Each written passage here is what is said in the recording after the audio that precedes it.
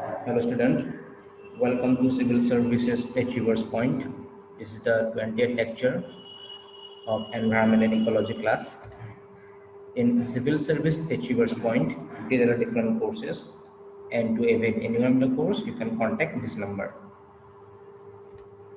So this is the continuation of the last class, and in today's class, we are going to start from National Council for River Ganga. National Council for River Ganga. Now see, the National Council for River Ganga is an authority that was created in October 2016.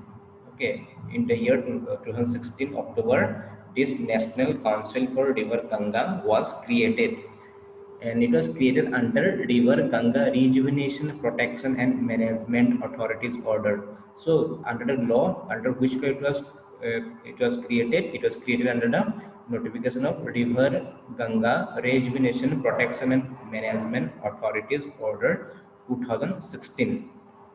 So with the formation of this new authority, the old one, that is National Ganga River Basin Authority, was dissolved. Okay, in the beginning, before which authority was taking care of the Ganga River, it was National Ganga River Basin Authority. But after the creation of the National Council for River Ganga, it has dissolved the older one, that is National Ganga River Basin Authority. Then council has been given overall responsibility for superintendence of pollution, prevention and rejuvenation of the river Ganga basin, including Ganga and its tributaries. So this council, National Council for River Ganga, has been given the responsibility for the superintendence of pollution. So they will check the pollution level of this river Ganga, and they will try to prevent the pollution that is taking place in the river Ganga, and they will try to rejuvenate. They will take steps that will help to rejuvenate the river Ganga. Okay, the Ganga basin, the whole basin, wherever you can find this Ganga river is going, the whole area, including its tributaries. Okay, so it will include all the tributaries and Ganga river, including Ganga and its tributaries. So the responsibility क्या है, council का जो council ने बनाया गया है 2016 में, जो पहले जो national Ganga river base authority था उसको हटा करके बनाया गया, तो उनका काम क्या देगा, उनको पोल्यूशन को चेक करेंगे, उनको प्रिवेंशन करेंगे, रिजुविनेट करेंगे रिवर को, मतलब साफ सुथरा करेंगे उसको, फिर से पहले जैसा कर देंगे, फ्रेश करेंगे करने के लिए, एंड रिवर गंगा बेसिन को कम्प्लीटली कवर करेंगे, गंगा रिवर को भी कलेक्ट करेंगे और उसके साथ उसके रिवर गंगा के जितने भी ट्रिब्यूटरी है उसको भी करेंगे. अब देखते हैं कि कौन कौन अथॉरिटी में कौन कौन आते हैं. Who are the authorities in this National Council for River Ganga? First of all, the Prime Minister is the ex officio chairperson of the National Ganga Council, and Union Minister for Water Resource, River Development and Ganga Rejuvenation will be the ex officio vice chairman. तो ये बात याद रखना है, chairman कौन है, prime minister, और vice chairman कौन है, union minister for water resource, river development and Ganga rejuvenation. ठीक है. थर्ड वन देखो, ministry of water resource, river development and Ganga rejuvenation cell serve as the nodal ministry. तो कौन से मिनिस्ट्री के अंदर काम करेंगे, ये जो national council of river Ganga है कौन से मिनिस्ट्री के अंदर आता है, it comes under ministry of water resource, river development and Ganga rejuvenation. Now we will talk about environmental impact assessment. This topic is very important for your mains exam. Okay, there is a in your syllabus you can find this topic, environmental impact assessment. Now why we need to do assessment? Before establishing any industry, we need to know what is the effect of this industry in the area and on the local population and to the biodiversity of that area. So let's see what is given in the environmental impact assessment.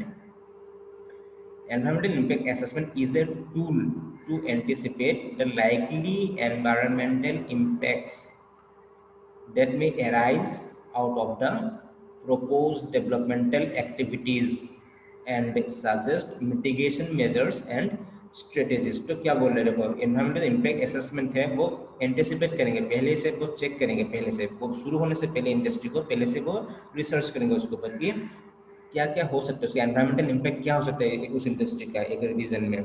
ठीक है.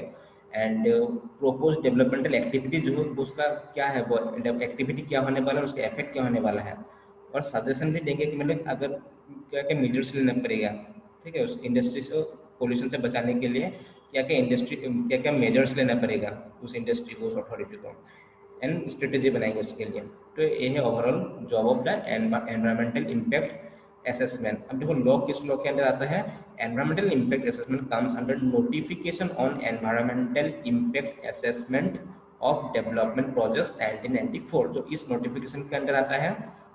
And this environmental impact assessment कौन से act के अंदर आता है provision में, it comes under the provision of environmental protection act of 1986।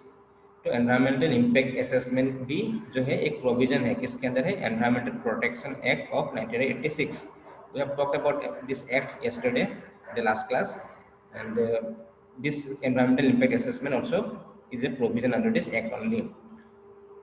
Now, environmental impact assessment is now mandatory for 30 categories of project. मतलब 30 तरह के प्रोजेक्ट है जिसके लिए मैंडेटरी है एनवायरमेंटल इम्पैक्ट असेसमेंट, ठीक है। And these projects get environmental clearance only after EIA requirements are fulfil. अब देखो ये जो 30 जो कैटेगरी में आते हैं कुछ कुछ इंडस्ट्री, उनको तभी एनवायरमेंटल क्लियरेंस मिलेंगे, मतलब सेटअप करने के लिए उनको क्लियरेंस मिलेंगे, लाइसेंस मिलेंगे, सर्टिफिकेट मिलेंगे, कब, जब वो एनवायरमेंटल इम्पैक्ट असेसमेंट की कुछ रिक्वायरमेंट है जब वो फुलफिल करेंगे उसको, ठीक है। If the industry can fulfil the environmental impact assessment requirements then only it will get environmental clearance to set up. Now see, environmental clearance or the go ahead signal is granted by the impact assessment agency of the Ministry of Environment, Forest, Government of India. अब ये जो है agency कौन है, ministry of environment, जो impact assessment agency है, ठीक है। इम्पैक्ट असेसमेंट एजेंसी किसके अंदर आता है, ministry of environment, forest, government of India के अंदर जो आता है वही इनको ग्रीन सिग्नल देंगे या फिर एनवायरमेंटल क्लियरेंस देंगे, ठीक है। जब चेकिंग हो जाएंगे कि मतलब उसका इफेक्ट क्या होने वाला है, इम्पैक्ट क्या होने वाला है, सब कुछ अगर ठीक ठाक है कि नहीं, सब चेक करने के बाद ये जो ग्रीन सिग्नल या फिर एनवायरमेंटल क्लियरेंस या फिर गो अहेड सिग्नल ये एजेंसी देते हैं, impact assessment agency in the Ministry of Environmental Forest, Government of India. Now let's see what are the steps involved in the environmental impact assessment. अब environmental impact assessment करने से पहले क्या क्या करना पड़ेंगे, इसमें मतलब कौन कौन सा प्रोसेस है जिसके थ्रू जाना पड़ेगा एक फैक्ट्री को या फिर इंडस्ट्री को खोलने से पहले। फर्स्ट होगा इसका स्क्रीनिंग होगा।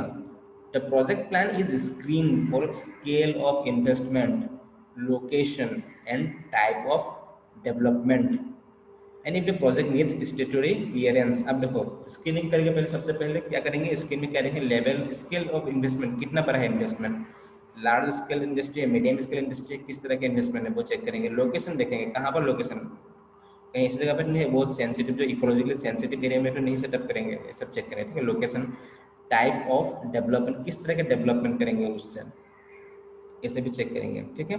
And if the project needs स्टेटरी clearance, अगर लॉ की तरफ से उसको क्लियरेंस चाहिए कि नहीं, एक देखेंगे फर्स्ट स्क्रीनिंग में देखेंगे, ठीक है। लॉ से क्लियरेंस चाहिए कि नहीं वो डिसाइड करेंगे, अगर चाहिए तभी करेंगे, अगर तभी उसको क्लियरेंस देंगे, अगर नहीं चाहिए तो फिर उनको इस प्रोसेस के थ्रू जाने की जरूरत नहीं है, ठीक है। Next scoping, the projects potential impact, zone of impacts, mitigation possibilities and need for monitoring are researched upon. So the project's potential impact, what is the potential impact of the project and the zone of impact, मतलब कहाँ तक कितना दूर उसका impact होगा, अगर उस project का कुछ इम्पैक्ट होने वाला है, कुछ इफेक्ट होने वाला है उस एरिया में, वो चेक करेंगे उस एरिया में किस तरह का नेगेटिव इफेक्ट हो सकता है और कहाँ तक हो सकता है, ठीक है। जोन कहाँ तक है, किस लोकेलिटी तक हो सकता है, जोन ऑफ इम्पैक्ट। फिर मिटिगेशन पॉसिबिलिटीज देखेंगे, अगर मान लो कुछ हार्म हो गया उसमें तो इसका मिटिगेशन कैसे कम कर सकते हो, मिटिगेशन पॉसिबिलिटी क्या क्या हो सकता है। And need for monitoring or research अपन कैसे इसको मॉनिटर किया जा सकता है, ये सब रिसर्च करेंगे कौन से स्टेप में, स्कोपिंग में। अब देखो next, EIA report should include actions and steps for preventing, minimising और by passing the impacts or else the level of compensation for probable environmental damage or loss। अगर एनवायरमेंटल डैमेज और loss हो रहा है उसके बाद कॉम्पेंसेशन तो देना पड़ेगा, उस कॉम्पेंसेशन के पर वो क्या करेंगे, एक्शन लेंगे वो, ठीक है। ये एक्शन जो होंगे और स्टेप जो होंगे उसके ऊपर वो रिपोर्ट बनाएंगे। कौन? ये जो प्रोसेस होगा एनवायरमेंटल इम्पैक्ट असेसमेंट का जो प्रोसेस होगा उसमें क्या होगा, क्या क्या एक्शन लिया जाएंगे और क्या क्या स्टेप्स लिया जाएंगे उसके ऊपर रिपोर्ट बनाएंगे in case of environmental damage और लॉस। मान लो यहाँ पर सेटअप हो गया, यहाँ पर एनवायरमेंटल डैमेज हो गया, यहाँ पर जैसे ऑयल वगैरह स्पिल हो गया बहुत सारी जगह पर, तो फिर क्या होगा उसमें, इसका इफेक्ट, इस पर क्या एक्शन लेना पड़ेगा अभी उसको। अभी गवर्नमेंट क्या जो अथॉरिटी है वो क्या इसमें एक्शन लेंगे ताकि जो लोकल पीपल है उन लोगों को कॉम्पेंसेशन मिल सके और बायोडाइवर्सिटी को रीजनरेट कर सके यहाँ पर। ठीक है, वो चेक करेंगे यहाँ पर ना। Impact assessment, the environmental impact assessment report prepared by the experts detailing the possibilities impact of the project. Next क्या करेंगे बोलो, पॉसिबल है, पॉसिबल क्या क्या है, डिटेल में बनाएंगे बोलो। ठीक है, पॉसिबल इम्पैक्ट क्या क्या हो सकता है इस प्रोजेक्ट का। तो ओवरऑल क्या करेंगे, प्रोजेक्ट को ले रहे हैं, ठीक है, उसको स्क्रीन करेंगे, मतलब तो देखेंगे इसको एनवायरमेंट क्लियरेंस की जरूरत है कि नहीं, अगर है तो फिर उसमें और चेक करेंगे, मतलब अगर इसका डैमेज हो सकता है तो कहाँ तक हो सकता है, रेंज क्या होगा, जोन कहाँ तक होगा, और अगर डैमेज हो भी गया मिटिगेट कैसे कर सकते हो उसको, कॉम्पेंसेशन कैसे प्रोवाइड करेंगे, ये सब देखने के बाद वो लोग रिपोर्ट बनाएंगे डिटेल में। ठीक है, detail of possible impacts of the project. अब देखो नेक्स्ट क्या होगा, पब्लिक हियरिंग होगा। पब्लिक हियरिंग देखो, पब्लिक को भी इसमें इन्वॉल्व करना जरूरी है। And on completion of the EIA report, public and environmental groups living close to the project site may be informed and consulted। तो कंसल्ट भी करना पड़ेगा, इन्फॉर्म भी करना पड़ेगा वहाँ का जो लोकल लोग होगा वहाँ पर। ठीक है, decision making, impact assessment authority along with experts consult the project in charge along with consultant to take final decision। अब इम्पैक्ट असेसमेंट जो अथॉरिटी है वो तो एक्सपर्ट होगा वहाँ पर। ठीक है, उस प्रोजेक्ट से रिलेटेड जो भी एक्सपर्ट होगा उनके साथ कंसल्ट करेंगे वो। ये जो अथॉरिटी होगा एनवायरमेंटल इम्पैक्ट असेसमेंट का, वो किसके साथ कंसल्ट करेंगे, एक्सपर्ट के साथ कंसल्ट करेंगे जो उस इंडस्ट्री से रिलेटेड होगा, एक्सपर्ट जिसका नॉलेज होगा उस फील्ड से। ठीक है, along with consultant to take the final decision, तब वो जाकर फाइनल डिसीजन लेंगे on whether the project is to be given approval or not and if it is to be given under what condition। ठीक है, expert से वो मिलने के बाद वो उस प्रोजेक्ट के ऊपर डिसीजन लेंगे कि मतलब उसको अप्रूवल किया जाए या ना दिया जाए, और अगर दिया जा भी रहा है तो फिर किस किस कंडीशन के साथ दिया जा सकता है उसको। The next step is monitoring, compliance, enforcement, and environmental auditing. Next year, once alternatives have been reviewed, जब सब कुछ जब चेक हो गया, alternatives वगैरह सब चेक कर लिया, a mitigation plan should be drawn up। फिर उसके बाद एक मिटिगेशन प्लान भी बनाना पड़ेगा, अगर कुछ डैमेज हो रहा है तो उसको कैसे मिटिगेट कर सकते हैं उस इफेक्ट को।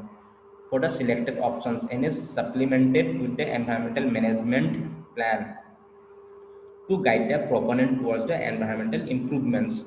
ठीक है, अब जैसे हो गया प्रोसेस के थ्रू जा चुका है, नेक्स्ट क्या होगा, उसको मॉनिटर करने के लिए अब क्या होगा, जो जो भी स्टेप लिया गया, जो भी ऑल्टरनेटिव मिला कि मतलब हाँ इसी थ्रू मतलब ये करना चाहिए, इसी के थ्रू करना चाहिए। कुछ कुछ कंपनी को बोलो हटा भी सकते हैं कि ये सब नहीं देना चाहिए, कुछ कुछ कंपनी को लोग इंडस्ट्री में सेटअप के लिए अलाउ भी कर सकते हैं। सब कुछ होने के बाद जब मिल गया सब चीज़ें, तब क्या करेंगे, एक मिटिगेशन प्लान बनाएंगे। ठीक है, प्लान बनाएंगे किसके अंदर, एनवायरमेंटल मैनेजमेंट प्लान के अंदर। ठीक है, और इस मिटिगेशन प्लान में क्या करेंगे, it will guide the proponent towards environmental improvement. तो एनवायरमेंटल जो इम्प्रूवमेंट होगा तो उसके ऊपर वो गाइड करेंगे वो। Now next is 2006 amendment to EIA notification। 2006 में एक अमेंडमेंट किया गया इस नोटिफिकेशन को, एनवायरमेंटल इम्पैक्ट असेसमेंट जो नोटिफिकेशन था, लॉ जो था, उसको अमेंडमेंट किया गया इन द ईयर 2006। अब देखते हैं क्या किया गया। Environment impact assessment notification of 2006 has decentralise, decentralise कर दिया उसको, एक पोर्शन को डिसेंट्रलाइज भी कर दिया, सिर्फ सेंट्रल नहीं स्टेट गवर्नमेंट भी इसमें भी इन्वॉल्व होंगे। ठीक है, after the environment impact assessment notification of 2006 decentralize the environmental clearance project by categorizing the development projects into two categories, category A and category B। अब जो कैटेगरी जो A है वो नेशनल लेवल अप्रेजल होगा। ठीक है, वो नेशनल लेवल पे उसको चेकिंग होगा, उसका क्लियरेंस मिलेंगे उसको। और कैटेगरी B है उसको स्टेट लेवल पे उसको क्लियरेंस मिलेंगे। मतलब दो दो कैटेगरी में बांट दिया गया, एक ए हो गया, एक हो गया बी हो गया। तो इसको स्टेट क्लियरेंस देंगे, इसको नेशनल लेवल पे सेंट्रल अथॉरिटीज को क्लियरेंस देंगे। Now let's talk about the category A projects. These are appraised by at the national level by impact assessment agency and the expert appraisal committee, and category B projects are appraised at the state level। ठीक है, category A projects require mandatory environmental clearance. ये देखो याद रखना है prelims के लिए, category A project जो है उनको मैंडेटरी एनवायरमेंटल क्लियरेंस चाहिए ही चाहिए, ठीक है। उनको एनवायरमेंटल क्लियरेंस देना ही पड़ेगा, स्क्रीनिंग करके उसको छोड़ नहीं सकते, उसको पूरा टोटली प्रोसेस से जाना पड़ेगा उसको। And does they do not undergo the screening process, ठीक है, सिर्फ स्क्रीनिंग से नहीं जाएंगे वो, उसको होल प्रोसेस से जाना पड़ेगा उसको, कैटेगरी ए प्रोजेक्ट को। And next is category B projects, state level environmental impact assessment authority and state level expert appraisal community are constituted to provide clearance to category B process, ठीक है। State level में हो गया be process को। अब be process भी दो तरह का होता है, ठीक है। Category B process undergo screening process and they are classified into two types, ठीक है। पहले जो स्क्रीन से पास होना पड़ेगा, स्क्रीन जब जाएंगे स्क्रीन पेज से, तब उसको दो कैटेगरी में बांट दिए जाएंगे, B1 हो गया और एक हो गया B2। And category B projects, ठीक है, only B not B1, category B projects एक हो गया कैटेगरी B2 प्रोजेक्ट्स। अब जब कैटेगरी बी प्रोजेक्ट में आएंगे, मान लो बी जब स्क्रीन से गया, कैटेगरी बी वाला प्रोजेक्ट जब स्क्रीन से गया, तब दो में डिवाइड हो जाएंगे, बी एंड B2, ठीक है। अब जो कैटेगरी बी प्रोजेक्ट्स है that are mandatory requires EIA, उनको भी कैटेगरी ए की तरह उसको भी मैंडेटरी है कि वो एनवायरमेंटल इम्पैक्ट असेसमेंट प्रोसेस के थ्रू जाएगा। And category B2 do not require environmental impact assessment, जब B2 में आ गया उसको EIA प्रोसेस जाने की जरूरत नहीं है, ठीक है, वो उसको क्लियरेंस ऐसे ही मिल जाएंगे, क्योंकि मतलब इसका इम्पैक्ट ज़्यादा नहीं होने वाला है या फिर इसको डैमेज नहीं करने वाला है एनवायरमेंट को। Does category A project and category B project undergo complete environment impact assessment process, whereas category B2 project are excluded from complete EI process। तो इससे हमें क्या पता चला, जो कैटेगरी दो कैटेगरी में प्रोजेक्ट था पहले, कैटेगरी ए और कैटेगरी बी। अब जो कैटेगरी ए जो था वो सेंट्रल लेवल पे उसको प्रोसेस से जाएंगे, वो जो इम्पैक्ट असेसमेंट का जो प्रोसेस है वो सेंट्रल अथॉरिटी करेंगे, बी को स्टेट अथॉरिटी करेंगे। अब बी को जब पहले स्क्रीनिंग से जाएंगे, तो स्क्रीन की क्यों जरूरत है, मतलब चेक करेंगे हम लोग, स्क्रीन इसलिए चाहिए कि चेक करेंगे इसको EI की जरूरत है कि नहीं है। एक तो मैंडेटरी है, एक तो मैंडेटरी, इसलिए इसको स्क्रीन के प्रोसेस जाने की जरूरत ही नहीं है, वो सीधा EI प्रोसेस से जाएंगे। लेकिन बी में क्या हो, जब स्क्रीनिंग प्रोसेस करेंगे उसमें दो निकलेंगे, एक बी और एक B2, है ना। अब देखो बी को तो मैंडेटरी हो गया, बी जो बी होगा उसको भी मैंडेटरी हो जाएगा EI प्रोसेस जाने के लिए, लेकिन बी जो B2 है उनको जरूरत नहीं है, जो B2 होगा उसको जरूरत नहीं है EI प्रोसेस से जाने के लिए। तो this is important point for your prelims exam, okay, you have to remember it. Now let's talk about some biodiversity related laws. The first one is very important one, that is Wildlife Protection Act 1972 and Amendment 1982. So every year mostly you can find questions from this topic, Wildlife Protection Act of 1972. This is a very strict law and very important law. Okay, and this law actually talks about the different ways how we can protect our biodiversity. Now let's see what is given here. The Wildlife Act provides, क्या क्या provide करते हैं, state wild life advisory board, ठीक है, जो state wild life advisory board है वो provide करते हैं। Regulations for hunting wild animals and birds, तो जो वाइल्ड एनिमल्स एंड बर्ड है उसको रेगुलेशन करते हैं, हंटिंग से जो रेगुलेशन करते हैं ताकि वो हंटिंग ना हो इन वाइल्ड बर्ड और एनिमल का।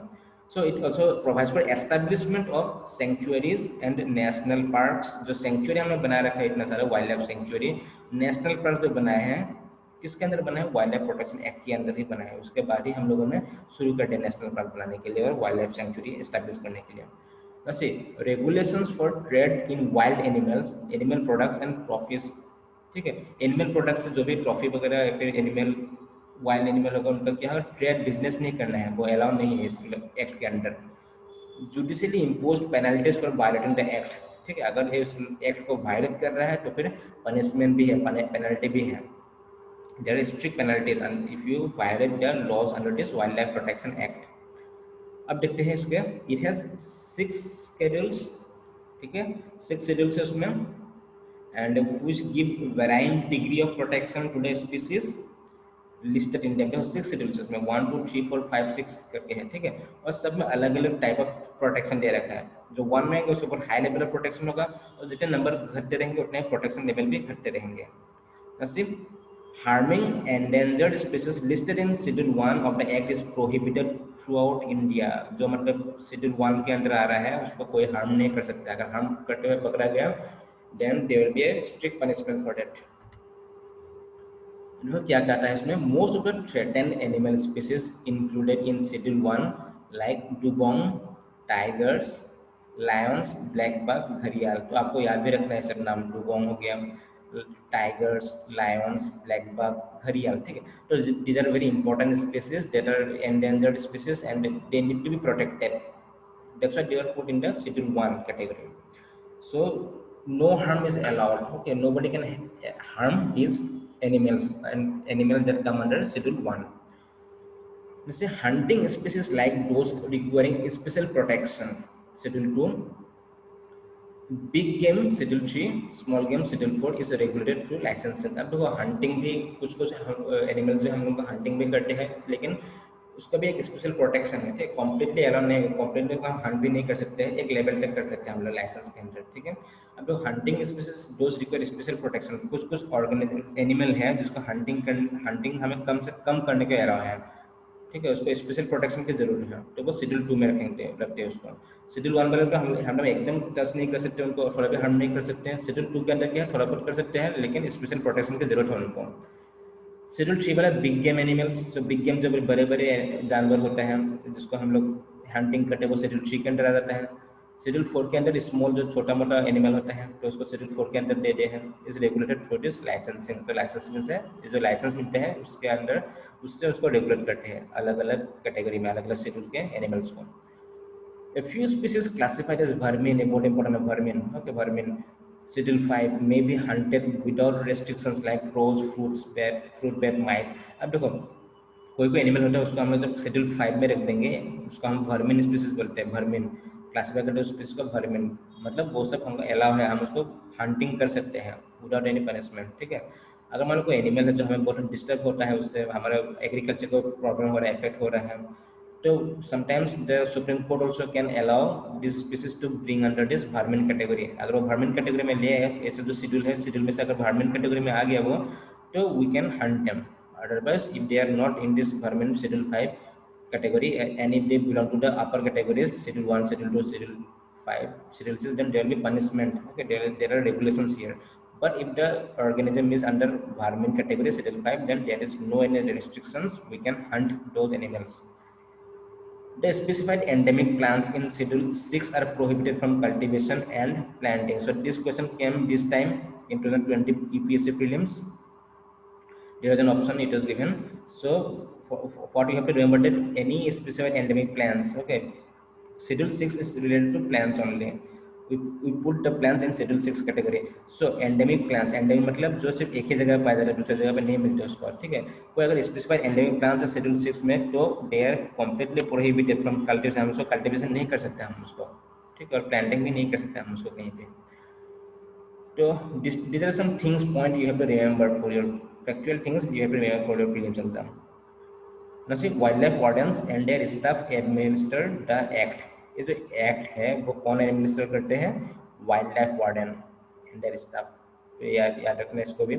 An amendment to the act in 1982 introduced a provision permitting the capture and transportation of wild animals for scientific management of animal population. अब देखो इसको फिर अमेंडमेंट किया गया 1982 में, उस एक्ट को अमेंडमेंट करने के बाद क्या किया, मतलब ये अलाउ किया गया, परमिट किया गया कि मतलब we can capture some of the animals and transport those wild animals to other part for scientific management of animal population. अगर कोई एनिमल पॉपुलेशन कम हो रहा है, कैप्टिव ब्रीडिंग करना है suppose, then we can collect them, okay, we can capture those some of the animals. We are allowed, not everyone, the concerned authorities are allowed to capture and do scientific management and to increase the population of that particular species. The Wildlife Protection Amendment Act of 2006 में जो protection act किया गया था उसमें क्या गया, the act provides for national tiger conservation authority. अब देखो हम लोग पढ़ चुके इसको, 2006 के अमेंडमेंट के बाद उसमें क्रिएट करने को बोला कि national tiger conservation authority create करने का बोला, ठीक है। And tiger and other endangered species crime control bureau भी बनाया गया। क्राइम कंट्रोल ब्यूरो मतलब टाइगर हो गया और कोई जो अदर एंडेंजर्ड स्पीसीज उनको उनकी जो हंटिंग हो रहा है उस क्राइम को रोकने के लिए क्राइम कंट्रोल ब्यूरो बनाया गया है ना, wild life crime control bureau. Now let's talk about a new law, that is Forest Conservation Act of 1980. See, first Forest Act in India was enacted in the year 1927, And after India government got alarmed at the India's rapid deforestation and resulting environmental degradation, ठीक है, resulting जो degradation जो हो रहा है और deforestation जो हो रहा है, उसके बाद क्या अलार्म हो गया जब गवर्नमेंट, तब उन्होंने सेंट्रल गवर्नमेंट ने इनेक्ट किया गया, central government has enacted the forest conservation act of 1980। तो एक बाद में, ठीक है, सबसे पहले तो ब्रिटिश गवर्नमेंट में ही बना गया था फॉरेस्ट एक्ट, जो फर्स्ट बना था, लेकिन इंडियन गवर्नमेंट बाद में जब देखा बहुत ज़्यादा डिफोरेस्टेशन हो रहा है, डिग्रेडेशन हो रहा है, तब बनाया गया इस फॉरेस्ट कंजर्वेशन एक्ट को 1980। It was enacted to consolidate the law related to forest, the transit of forest produces and duty liable on timber and other forest produce। तो क्यों इसको जो इनेक्ट किया गया, जो बहुत सारे जो लॉ है फॉरेस्ट से रिलेटेड, तो उनको सबको एक साथ कंसोलिडेट किया गया, सब लॉ को, ठीक है, एक साथ ले आया गया, एक अम्ब्रेला की तरह, एक अम्ब्रेला टर्म की तरह उसको यूज किया गया। इसके अंदर बहुत सारा जो पहले का लॉ था फॉरेस्ट में, उसके अंदर आ गया। जैसे जो रिलेटेड जो था लॉ फॉरेस्ट से, transit of forest produce, duty liable और टिम्बर फॉरेस्ट प्रोड्यूस, और ये सब चीज़ों से रिलेटेड जो भी लॉ था वो इनके अंदर आ गया, फॉरेस्ट कंजर्वेशन एक्ट 1980 के अंदर आ गया वो। And forest officers under staff administer the forest act. Under the provisions of this act, prior approval of the central government is required for diversion of forest land and for non-forest purposes। अगर कोई forest land जो है, अगर हम उसको non forest purpose के लिए अगर उसको डाइवर्ट कर रहे हैं, तो फिर पहले अप्रूवल लेना पड़ेगा फ्रॉम द सेंट्रल गवर्नमेंट, ठीक है। Under this act we have to get the approval from central government if you want to divert a forest land into non forest purpose. An advisory committee constituted under the act advises the center on this approval। तो centre को कौन इसको advice देंगे, एक advisory committee है, ठीक है, एक एडवाइजरी कमेटी बोर्ड बना रखा है इस एक्ट के अंडर, तो वही एडवाइजरी बोर्ड एडवाइस करेगा सेंटर को, मतलब अप्रूवल देना है कि नहीं देना है। The act deals with 4 categories of forest, ठीक है, 4 कैटेगरी ऑफ फॉरेस्ट जिनके साथ डील करेंगे वो कौन कौन से हैं। Reserve forest, first one reserve forest, a state में डिक्लेयर फॉरेस्ट लैंड और waste land as reserve forest and may sell the produce from this forest, ठीक है, स्टेट को अलाउ है कि वो एक फॉरेस्ट लैंड को डिक्लेयर कर दे रिजर्व फॉरेस्ट में, ठीक है, कोई भी स्टेट कर सकता है, उसके पास अथॉरिटी है, और वहाँ का जो प्रोड्यूस है उसको सेल भी कर सकते हैं। Any unauthorised felling of trees, quarrying, grazing, hunting in reserve forest is punishable with fine और इम्प्रिजनमेंट। तो हम लोग जाकर उससे वहाँ का ट्री वहाँ पर काट नहीं सकते, अगर वो रिजर्व फॉरेस्ट है, we can not fell down the trees, we cannot do hunting, grazing, all these activities, different types of economic activities in this reserve forest. Okay, it is punishable if you do all these activities there, it will be punishable, may lead to fine or imprisonment. Now next is village forest। Reserve forest assigned to a village community are called village forest। जो reserve forest है, ठीक है, जो village community को जो assign करेंगे, तो हम उसको बोलते हैं विलेज फॉरेस्ट। तो सिंपल इसमें कुछ टेक्निकल है नहीं, विलेज कम्युनिटी को जो दे रखा है, विलेज कम्युनिटी उसको मैनेजमेंट करेंगे, ठीक है, गांव वालों के लिए है वो, जैसे उनका ग्राम सभा पंचायत होंगे, बोले उन पर टेक्निकल केयर लेंगे, तो इसलिए हम उसको विलेज फॉरेस्ट में कैटेगरी में रख दिया इसको। ऐसे protected forest, the state government are empowered to designate protected forest. तो प्रोटेक्टेड फॉरेस्ट भी डेजिग्नेट कर सकते हैं state government, and may prohibit felling of trees, quarrying and removal of forest produce from this forest. तो felling tree fell नहीं कर सकते, क्वेयरिंग नहीं कर सकते मिनरल के लिए, ठीक है, रिमूव नहीं कर सकते फॉरेस्ट प्रोडक्शन वहाँ से, ठीक है, ये प्रोटेक्शन है यहाँ पर, प्रोहिबिशन है यहाँ पर। The preservation of protected forest is enforced through rules, licences and criminal prosecutions. देखो कैसे क्रिमिनल प्रोसिक्यूशन भी हो सकता है अगर हम उसको तोड़े अगर उस रूल्स को, ठीक है। प्रोटेक्टेड फॉरेस्ट में अगर हम लोग जाकर अगर कुछ हार्मफुल एक्टिविटी करें, जैसे ट्रीज को हम लोग काटे, वहाँ पर रिमूव करें फॉरेस्ट प्रोडक्शन, तो हम लोग क्या है क्रिमिनल प्रोसिक्यूशन हो सकते हैं हमें। और ये सब कंट्रोल करते थ्रू लाइसेंस, ठीक है, there are some rules and licence through which it is control, all this forest are controlled. Now let's talk about biological diversity act of 2002। The legislation aims at regulating access to biological resources so as to ensure equitable sharing of benefits arising from their use। अब देखो जब biological diversity act आया 2002 में काम किया, तो उसका act, उसका जो एम क्या था, रेगुलेट करना है, ठीक है, रेगुलेट करना है एक्सेस टू बायोलॉजिकल रिसोर्सेज। जो बायोलॉजिकल जो रिसोर्स है, डिफरेंट टाइप्स ऑफ बायोडाइवर्सिटी है, उनको जो यूज होगा उसको रेगुलेट करना है, इस तरह से रेगुलेट करना है ताकि इसका जो बेनिफिट है बायोडाइवर्सिटी का वो इक्विटेबली शेयर हो, इक्विटेबल शेयर हो, मतलब नेशनल लेवल पे भी उसका कंट्रीब्यूशन हो, वहाँ का लोकल पीपल के लिए भी कंट्रीब्यूशन डेवलपमेंट में, और जो इकोसिस्टम है इकोसिस्टम को भी नुकसान ना हो, ठीक है, साइंटिफिक कम्युनिटी को भी इससे फायदा हो। तो इक्विटेबल शेयरिंग होना चाहिए, equitable sharing of benefits arising from the use. Equitable sharing of benefits के लिए एक एक्ट बनाया गया था, ठीक है। The biological diversity was introduced in the parliament in 2000 and passed in 2002. The main intent of this legislation is to protect, the main intent क्या है, main जो intention है that is to protect India's rich biodiversity and associated knowledge against the use by foreign individuals and organizations without sharing the benefits arising out of such use, and to check biopiracy. तो biopiracy जो है क्या है, biopiracy मान लो एक जगह पे हम जा करके एक सपोज आपको कुछ मेडिसिनल प्लांट मिलता है, ठीक है, there may be a medicinal plant and that plant may very helpful for medical purposes, okay, it may possess some medical properties जो लोकल लोग वहाँ पर यूज़ करते हैं, मान लो कोई हकीम हो गया, बेड वगैरह वो यूज़ करते होंगे, उसका सच में मेडिकल है, उसमें क्वालिटी है, उसमें कंपोनेंट ऐसे कुछ है केमिकल जो हेल्पफुल है मेडिकल ट्रीटमेंट के लिए। अगर कोई फॉरेन से कोई आकर के इसको पता कर ले कि कौन सा केमिकल रिस्पॉन्सिबल है और उसको वो पेटेंट ले ले, अगर उसका पेटेंट लेने का मतलब क्या है, उसको कोई प्रोडक्शन नहीं कर सकते और लोकल लोग भी नहीं कर सकते, ठीक है, पेटेंट ले ले और वो जाकर के दूसरे एक इंडस्ट्री में, मतलब फार्मास्यूटिकल इंडस्ट्री में उसको बेच दे उस पेटेंट को, या फिर आपने से वो प्रोडक्शन करे, तो क्या उसको बायोपायरेसी बोलेंगे हम लोग, बायोपायरेसी, ठीक है। तो क्या फॉरेन इंडिविजुअल से हमें बचाना है, जो लोकल जो बायोडाइवर्सिटी है उसका जो यूज होगा, इस लोकल यूज का जो लोकली जो अवेलेबल बायोडाइवर्सिटी उसकी जो यूज होने वाला है उसको हमें प्रोटेक्ट करना फ्रॉम द फॉरेन नेशनलिस्ट, ठीक है, ताकि वो जो बेनिफिट है बेनिफिट को ले ना जाए वो वहाँ पर, ठीक है, उसका फिर अल्टीमेटली उसी को फायदा होगा, मॉनेटरी फायदा उसी को होगा, लोकल लोगों को फायदा नहीं होगा, है ना, वो चीज़ चेक करें यहाँ पर। See, the bill seeks to check piracy, biopiracy, protect biological diversity and local growers through three-tier structure of central, state boards and local communities। तो इसमें थ्री टायर स्ट्रक्चर है, इसको प्रोटेक्ट करने के लिए बायोपायरेसी से और फॉरेन इंडिविजुअल से जो इंडिया का रिच बायोडाइवर्सिटी को प्रोटेक्ट करने के लिए थ्री टायर ऑफ स्ट्रक्चर बनाया गया है under biological diversity act. The act provides for setting up national biodiversity authority, first तो ये हो गया, second state biodiversity board, and third में आ गया बायोडाइवर्सिटी मैनेजमेंट कमिटीज इन लोकल बॉडीज। तो तीन स्ट्रक्चर बनाया गया है। तो एनबीए जो है मतलब नेशनल बायोडाइवर्सिटी अथॉरिटी जो है, it will enjoy the power of a civil code, ठीक है। तो जो नेशनल बायोडाइवर्सिटी अथॉरिटी है it has the power of a civil code.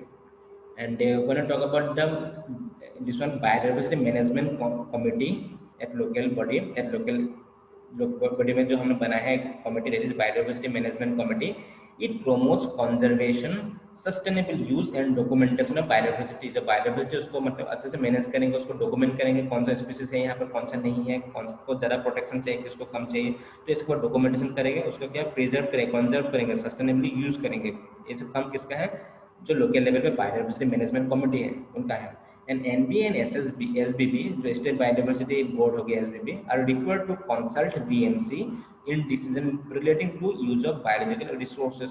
तो बायोलॉजिकल रिसोर्सेज के यूज के लिए ये जो दोनों अथॉरिटी है उनको किससे बोल लेना पड़ेगा, कंसल्टेशन लेना पड़ेगा, इस बोर्ड से कंसल्टेशन लेना पड़ेगा।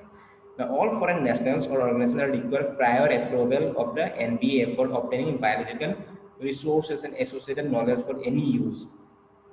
अगर फॉरेन नेशनलिस्ट आए हैं इंडिया में या फिर कोई लोकल एरिया में जा करके कुछ उसको बायोलॉजिकल रिसोर्स के ऊपर कुछ नॉलेज चाहिए, ठीक है, ऑब्टेनिंग बायोलॉजिकल रिसोर्सेज भी अगर वो लेना चाहते हैं फिर उसके ऊपर नॉलेज लेना चाहते हैं तो फिर क्या होगा, उस फॉरेन नेशनल को first of all have to take approval from this board NBA, that is national biodiversity authority.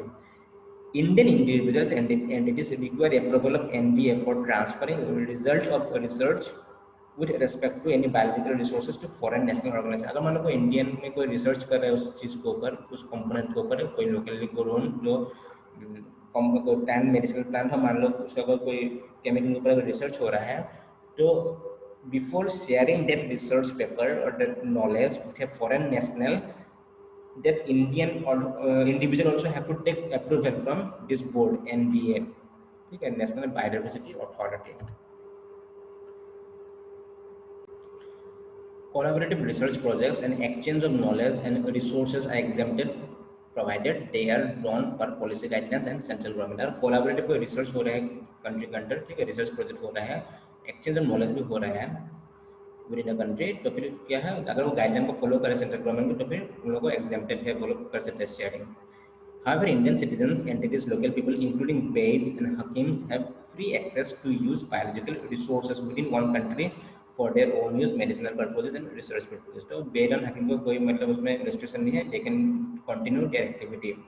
So, while granting approvals, NBA will impose terms and conditions to secure equitable sharing of benefits. ठीक है, तो approval मिलेंगे अगर मान लो कोई approval लेना आया है, ठीक है, तो एनबीए क्या होगा, उसमें इम्पोज करेंगे, कुछ टर्म्स एंड कंडीशन उसमें इम्पोज करेंगे, तो दैट इक्विटेबल बेनिफिट हो, वहाँ पर शेयरिंग हो. मतलब कोई फॉरेन नेशनल आके मान लो यहाँ पर एक्सेस मांग रहा है, तो फिर उस एक्सेस के बेसिस जो बेनिफिट होगा वो शेयर होना पड़ेगा लोकल पीपल के साथ में. Before applying for any intellectual property rights in or outside India for an invention based on research and biological resource obtained from India, prior approval of NDA will be required. ठीक है, intellectual property right के लिए फिर अगर apply करना है intellectual property right के लिए इन और outside India, it may be inside और आउटसाइड इंडिया, फॉर इन्वेंशन, ठीक है, इन्वेंशन जो रिसर्च बेस्ड होगा उस बायोलॉजिकल रिसोर्स के ऊपर, तब भी एनडीए का अप्रूवल चाहिए. The monetary benefits, fees, royalties as a result of approval by NBA will be deposited in National Biodiversity Fund. एक फंड भी है नेशनल बायोडाइवर्सिटी फंड, तो अप्रूवल लेने के लिए जो फीस लेते हैं, रॉयल्टी या फिर जो भी पेमेंट करते हैं, उस पेमेंट को वो लोग कलेक्ट करेंगे in the national biodiversity fund. And this national biodiversity fund will be used for conservation and development of areas from where resource has been accessed in consultation with the local self-government concerned. The national biodiversity fund with the collection होंगे money, that money will be utilized for the conservation and development of the areas from where the resource is taken. Okay? Next, we'll talk about the scheduled tribes and other traditional forest dwellers recognition of Forest Rights Act 2006. It should be dwellers, okay? Forest dwellers recognition of Forest Right Act 2006. Okay, so it is the scheduled tribes and other traditional forest dwellers. Okay, dweller है. Recognition of Forest Rights Act 2006 क्या बोलते हैं? Forest Rights Act 2006 provides for restitution of deprived forest rights across India. देखो बहुत सारे जो हमारे tribal लोग हैं और बहुत सारे जो पुराना जनरेशन से फॉरेस्ट एरियाज में रह चुके हैं, अब उन लोगों को क्या हुआ, वहाँ से हटा दिया गया था, है ना, बहुत सारे रीजन के कारण.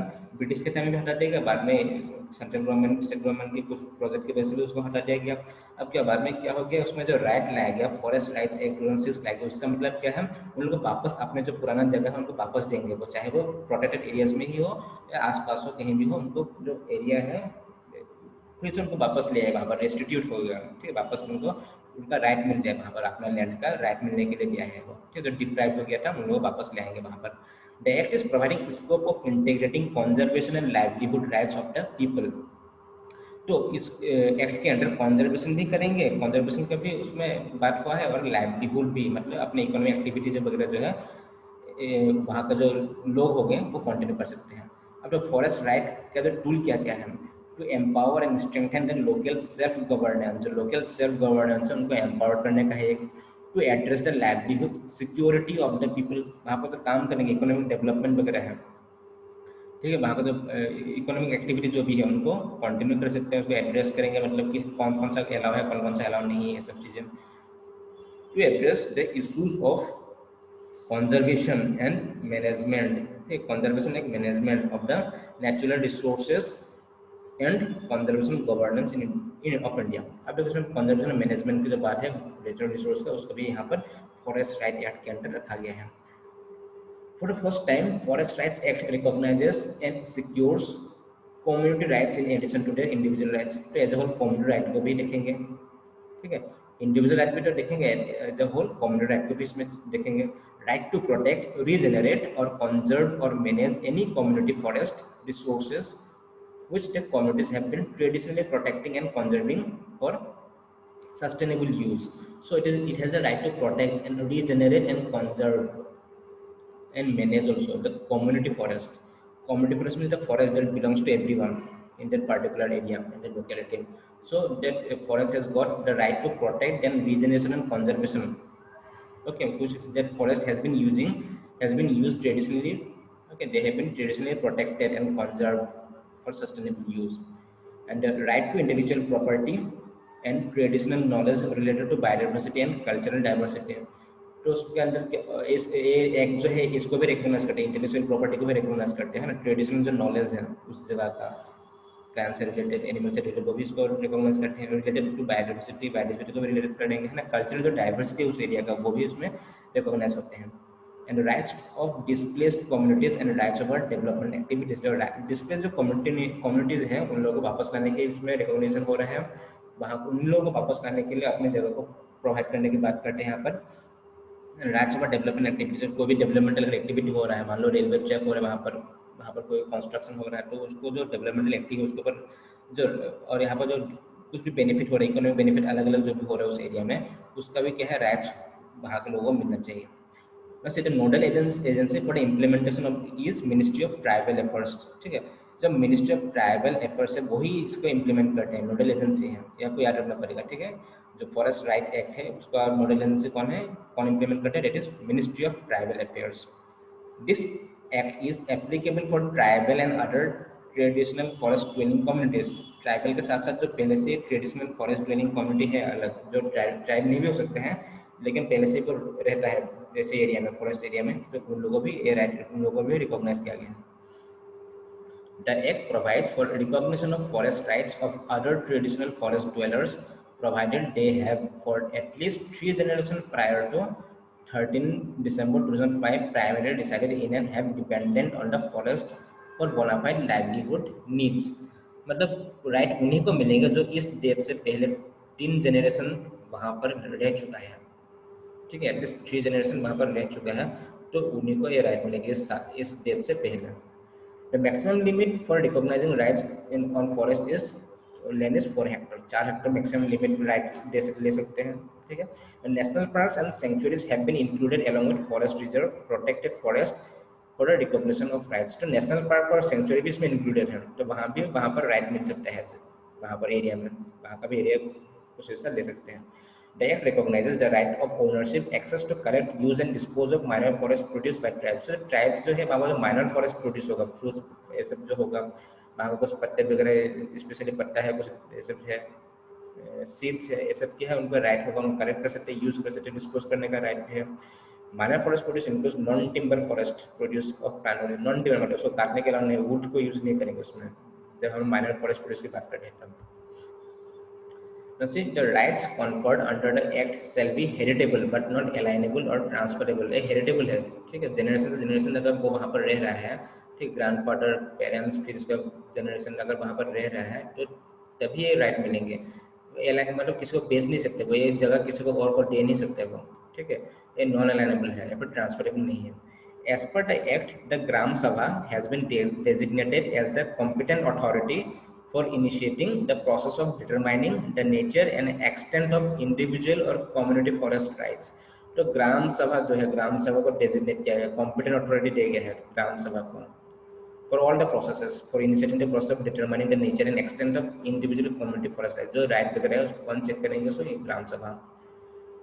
Now let's talk about the critical wildlife habitats। Critical wildlife habitats have been emphasized in Forest Rights Act 2006। जो 2006 जो राइट है, 2006 का जो फॉरेस्ट राइट एक्ट है उसके अंडर और एक टर्म यूज किया गया है, that is critical wild life habitat. उसका मीनिंग क्या है, areas of national parks and sanctuaries where it has been specifically clearly established case by case on the basis of scientific and objective criteria that such areas are required to be kept as inviolate for the purpose of wildlife conservation। मतलब उस जगह को जो जगह कुछ जगह है wild life sanctuary में, नेशनल पार्क में, वहाँ पर हम लोग कुछ भी वायलेशन नहीं कर सकते। वहाँ पर कुछ ऐसे एनिमल्स होंगे जिसको कंजर्वेशन की बहुत जरूरत है, इसलिए वहाँ पर अलाउ नहीं है कोई भी सेटलमेंट करने के लिए, ठीक है। Critical wild life habitats inviolate in general term use indicate no human settlement in uses, so no human settlement in uses are allowed in this critically wildlife habitats that can be found inside wildlife sanctuary and national park। Ministry of Tribal Affairs is the nodal authority for Forest Right Act, but Forest Right Act identifies Ministry of Environment, Forest and Climate Change as the agency to notify the guidelines। लेकिन जो Ministry of Tribal Affairs है उसका nodal authority है forest right के लिए, लेकिन जो guidelines लेते हैं फॉरेस्ट राइट एक्ट के लिए, जो गाइडलाइंस बनते हैं वो किससे बनते हैं, कौन से मिनिस्ट्री देते हैं उसको, ministry of environment, forest and climate change. सिर्फ some of the guidelines in 2012 given by Ministry of Environment, Forest and Climate Change, that is a Gram Sabha free inform consent must be given before any relocation is carried out. कोई भी relocation करने से पहले, लोगों को यहाँ से यहाँ ले जाने से पहले ग्राम सभा का जो है कंसेंट लेना पड़ेगा। Forest rights are settled under FRA before CWH can be declared in an area. जो फॉरेस्ट राइट्स है, ठीक है, फॉरेस्ट राइट्स आर सेटल करना पड़ेगा पहले, लोगों का जो भी जितना भी राइट है फॉरेस्ट राइट एक्ट के अंडर उसको पहले सेटल करने पड़ेगा, उससे बाद ही डिक्लेयर करेंगे कि ये जगह जो है CWH के अंदर आता है। CWH के फुल फॉर्म क्या था? Critical wild life habitat. ठीक है, पहले राइट को प्रोवाइड करेंगे, लोगों को सेटल करेंगे, मतलब जहाँ से अलावा सेटल करेंगे, उसके बाद कुछ जो एरिया हो जाएंगे जहाँ सेटल नहीं करवा सकते उसको डिक्लेयर करने के वो CWH कैटेगरी में आता है। An expert committee, member of the Gram Sabha, an ecologist, a tribal welfare NGO, a social scientist, forest department officers will take the main responsibility for determining the habitat। जो habitat जो होगा अलग अलग कहाँ पर राइट है settle करने के लिए, कहाँ पर राइट नहीं है सेटल करने के लिए, उसके लिए कमेटी रहेंगे और उस कमेटी में कौन कौन होगा? ग्राम सभा होगा, मेंबर जो होगा ग्राम सभा का वो होगा, इकोलॉजिस्ट हो गए वहाँ पर, ठीक है, एक NGO होगा जो ट्राइबल वेलफेयर के ऊपर काम करते हैं, सोशल साइंटिस्ट होगा वहाँ पर, ठीक है, सोशल एक्टिविटीज वगैरह, फॉरेस्ट डिपार्टमेंट ऑफिसर ऐसे होंगे वहाँ पर उस कमेटी में।